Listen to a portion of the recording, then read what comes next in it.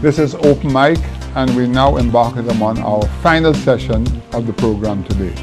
And again, we were in a little tussle here as to what kind of individuals we need to create to get this manufacturing sector on a more even keel. And I will let Urban finish his contribution. Well, once again, I'd like to thank you for the opportunity. But one area we didn't mention is young people. And I have told my generation that we have failed young people. And as you know, we're on camera, I would like to apologize to young people that I'm sorry that my generation have failed them. And I take personal responsibility, and I pledge to do whatever I can, by the grace of God, to see what better environment I can create. I just do not want to leave that burden of debt onto my children. Can I ask you a question? You've made a very good point. And for the last 10 to 15 years, I have indicated time and time again that what we need in St. Lucia is a proper vocational school. Now listen to me, Urban. In France, for many years, you have something called military service. Military service does not mean going to war. It's a 2-year program where between ages of 18 to 20 that you have to serve in the military service. As a result of that, what happens is that you get different people in different areas: plumbing, electrical, carpentry, masonry, a little bit of architectural and that. So they get a basic knowledge, because anybody, say, coming into your factory or to Paula's factory or to my factory, it would be nice to know that they had a sort of a basic understanding for the field they're going to follow. Okay? Now, I'll tell you, it has not been done, and I think it's something that we as a business community, and I would be willing to pioneer that, whereby we can have a nice factory shell, cleanly done, and you have those areas, because I know for a fact, especially since the Prime Minister has just signed a level of cooperation between St. Lucia and Martinique, that it would be far easier for him now to get the French individuals to pass on, to implement such a program, okay?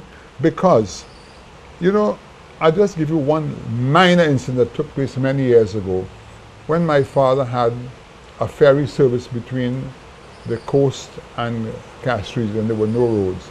There was a young guy working on the ship, and he was the assistant engineer on oil on board. And he met a French priest called Father Guillotot, who's in Choiseul. And this guy taught him how to dismantle and put on a small diesel engine.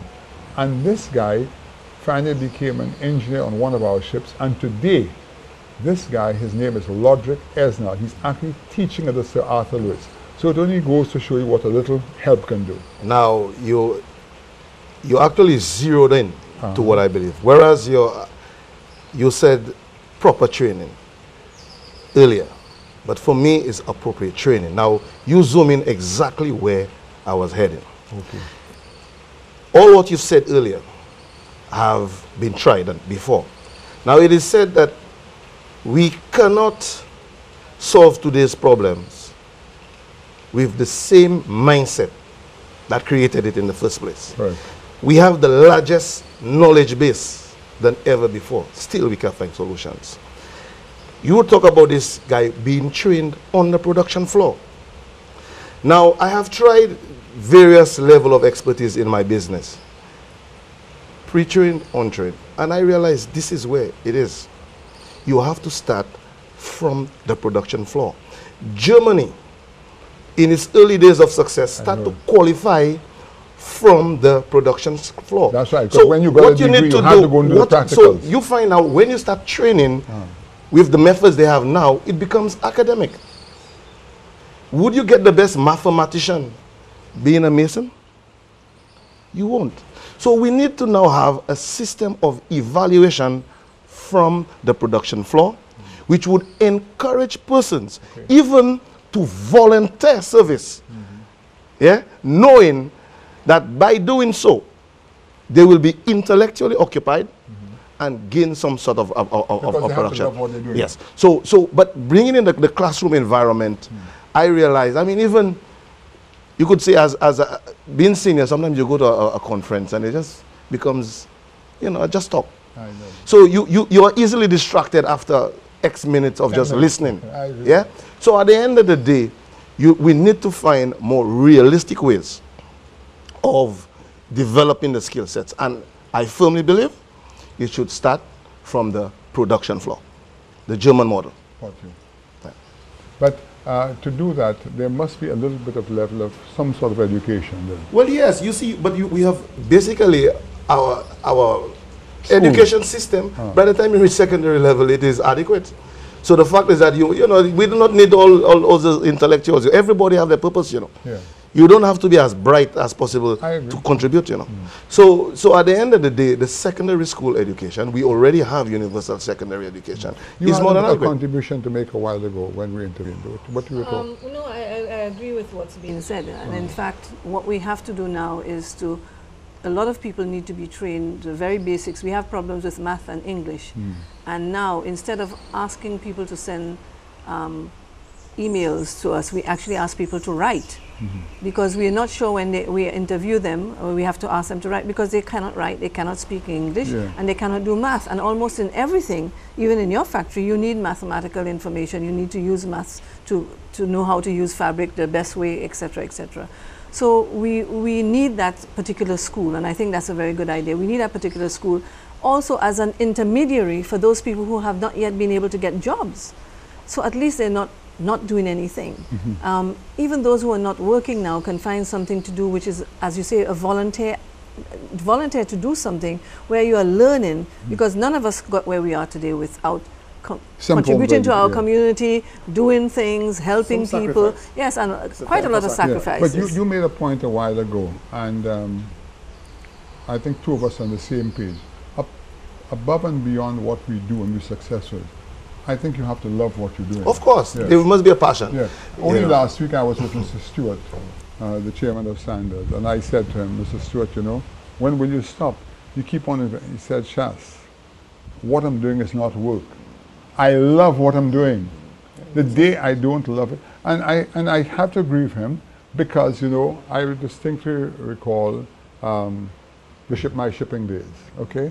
I spent 25 to 30 years in shipping. And I really loved what I was doing.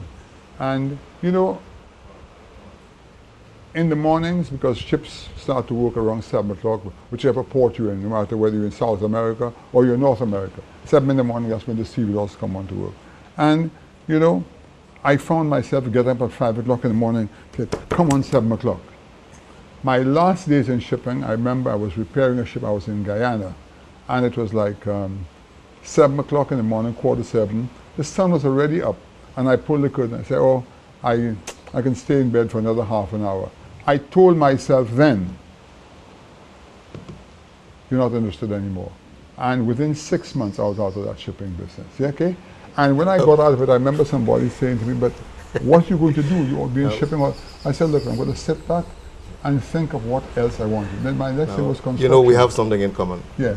What motivated me, I remember from you know, they had this Reader's Digest. Yeah.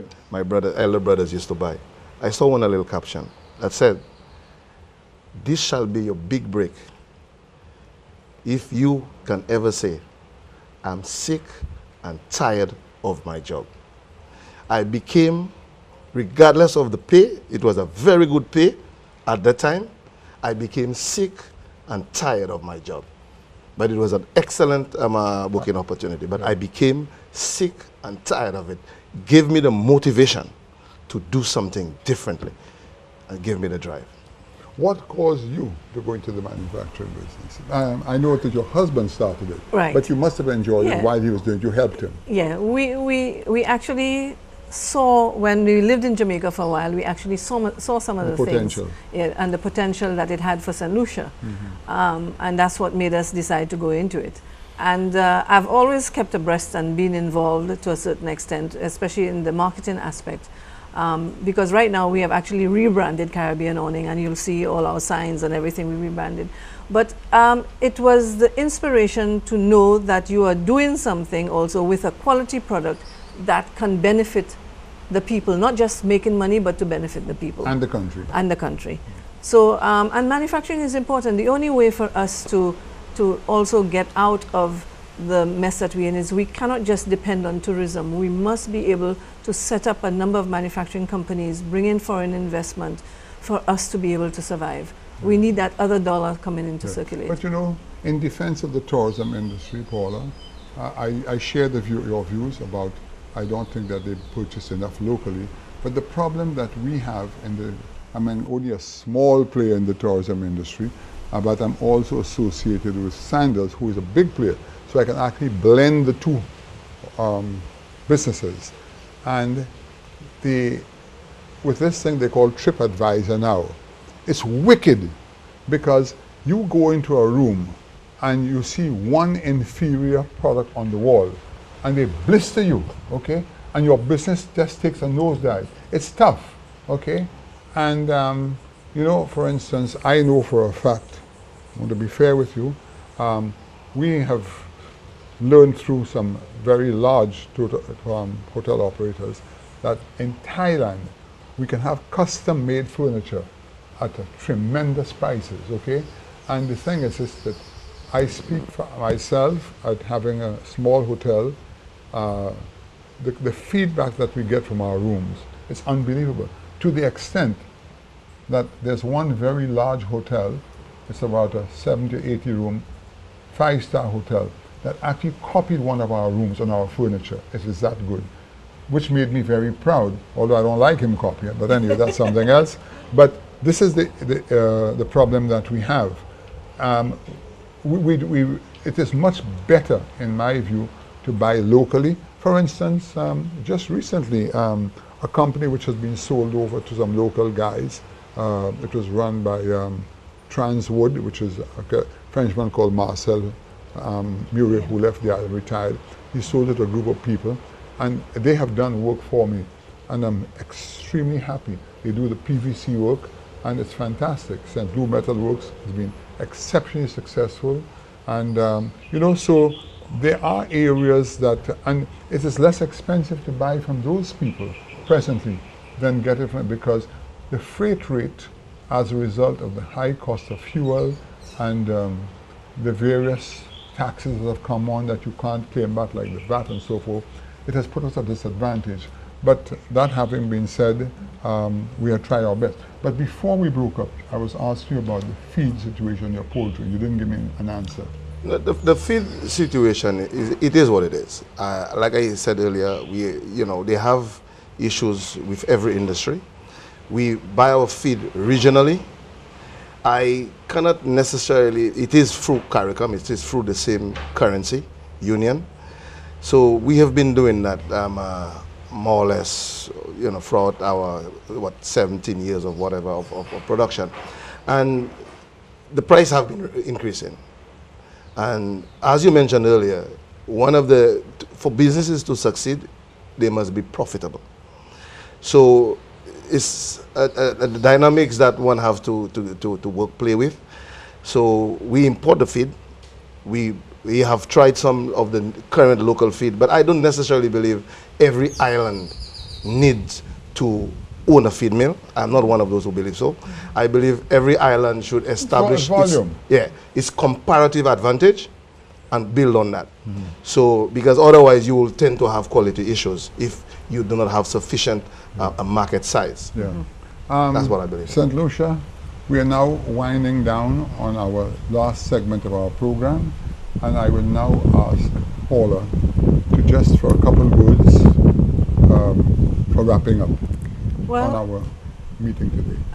I think manufacturing is an important asset to St. Lucia. I think we need to develop it more, take it more seriously, and encourage our young people to get involved in manufacturing, ask our banks to be more amenable to supporting the industry, and I wish those who are manufacturing every success, because we are in a very difficult situation now, so we need all the support that we can get.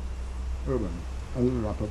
Well, my wrap-up is simply to let St. Lucia know that the solutions to whether it's manufacturing, jobs, it comes from the individual. And it's an individual choice or individual decisions we have to make at all levels, from the ordinary worker to the executive, to find solutions to the problems. And that's what I ask, that everybody asks. I want to thank Mr. Wilson and Mrs. Calderon immensely for being here today. I think their contribution has been invaluable. There is a lot more which can be said, and I sincerely trust that in a couple of weeks or months, I can encourage both individuals to have another show, because I think there's a second part of it that St. Lucians would need to know, because it's important in this day and age to stop relying on government to produce jobs and other people. So if we as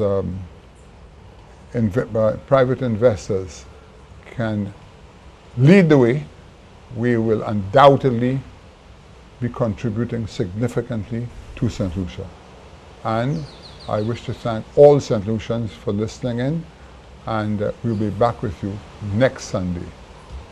I want to thank you.